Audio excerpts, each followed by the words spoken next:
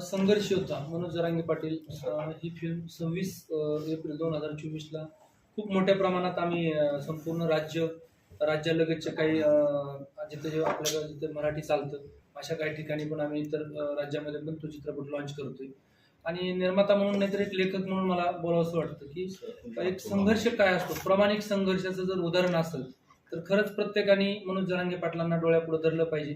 कारण गेली 6 महिन्यापासून चा संघर्ष आपण पाहतोय, परंतु ते 6 महिन्यात जे आज ज्या उंचीवर ते पोहोचलेत त्या उंचीवर जाईपर्यंत अगोदरचा जो संघर्ष आहे तो फक्त 5 माणसांपासून सुरुवात केलेल्या आंदोलनाचं आज करोडोच्या संख्येने त्या ठिकाणी लोक येत आहेत. आणि एका हाकेला एक हाक मारली तर करोडो लोक त्या छताखाली एका छताखाली येतात. म्हणजे ही ताकद खूप वेगळी आहे. कारण आतापर्यंत खूप लोकांनी वेगवेगळे समाज असतील, वेगवेगळ्या समाजातल्या लोकांनी वेगवेगळे आपापले समाज एकवटण्याचा प्रयत्न केला, परंतु एवढ्या मोठ्या प्रमाणात असं यश कुणाला भेटलं नाही. यश नाही म्हणता येणार, कारण हे एका प्रामाणिकपणाचा जी काही प्रामाणिक काम आहे त्यांचं सगळं कुटुंब सुद्धा त्यांनी या ठिकाणी सोडून दिलेलं. कुटुंबाला सुद्धा ते समाज समजतात, कुटुंबातल्या व्यक्तींना सुद्धा ते स्वतःची म्हणजे माझी माणसं आहेत असं कधी बोलत नाहीत. या खूप गोष्टी मला शिकाय भेटल्या त्यांच्याकडून लिहून घेत असताना, स्टोरी लिहित असताना.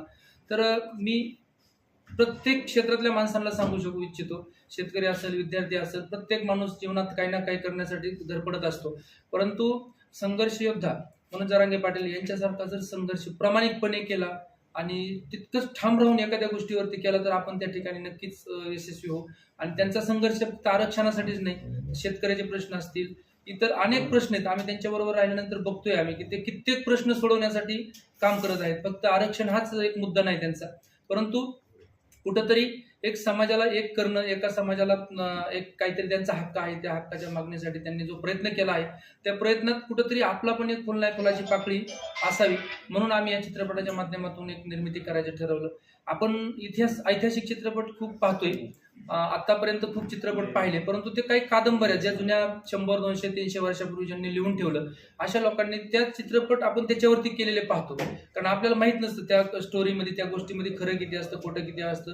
400 वर्षावर पूर्वीचं आपण कोणी पाहिलेलं नाही, परंतु जरांगे पाटलांनी जे काही केलेलं आहे ते आत्ताच आहे. म्हणजे गेली एक 15-16 वर्षापासूनचा त्यांचा प्रवास आहे आणि हा पाहिलेला आहे काही लोकांनी. त्यामुळे याच्यात आम्हाला लिहिताना खूप म्हणजे अवघड होतं, कारण कुठलीही गोष्ट आम्हाला चुकीची किंवा काल्पनिक त्यात टाकता येत नव्हती आणि चित्रपटासारखा चित्रपट झाला पाहिजे, हा आमच्यासाठी एक आव्हान होतं. डिरेक्टरांनी, ऍक्टर रोहन पाटील या सगळ्यांनी त्याच्यासाठी खूप मेहनत घेतली.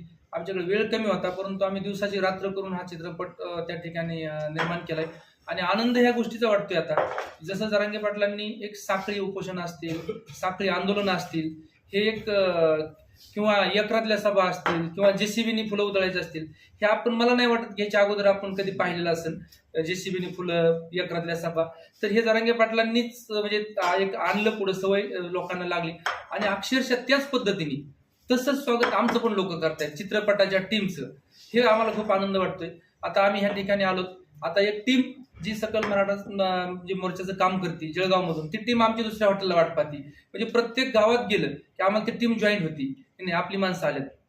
म्हणजे ही जी ताकद जी आहे ही संपूर्ण राज्यात खूप वेगळी ताकद निर्माण झालेली आहे. आणि चित्रपट सुद्धा ह्या जी त्यांचा लढा आहे त्या लढ्याला खूप फायदेशीर ठरणार आहे आणि त्या गोष्टीमुळे हा चित्रपट समाजातील लोकांनी हातात घेतला आहे. कारण हा चित्रपट सुद्धा आज एका मराठा समाजाच्या एक अस्मितेचा प्रश्न झालेला आहे. कारण हा चित्रपट सुद्धा चालणं तितकंच गरजेचं आहे, कारण जरांगे पाटलांचा इतिहास तळागाळापर्यंत जर पोहोचवायचा असेल एक चित्रपट माध्यमच होतं. म्हणून आम्ही या माध्यमातून त्यांना कुठेतरी सहकार्य करावं असं आम्हाला वाटलं आणि या चित्रपटाची निर्मिती करण्यासाठी आम्ही त्यांच्याकडे मागणी केली, तर त्यांनी आम्हाला एकदम आनंदात म्हणजे आम्हाला त्या गोष्टीसाठी परवानगी दिली आणि करा, खूप चांगला विषय आहे, त्याच्यावर चांगलं जेवढं करता येईल तेवढं करा. आणि विशेषतः हा चित्रपट एका भागात आमचा होत नाही, तर आम्ही 5 भागाचं नियोजन केलंय. सेकंड पार्ट आमचा लगेच जूनमध्ये चालू होतोय, त्यामुळे हा भाग एकदम चांगला आहे आणि खूप चांगल्या पद्धतीने हा चित्रपट समाजापर्यंत येणार आहे.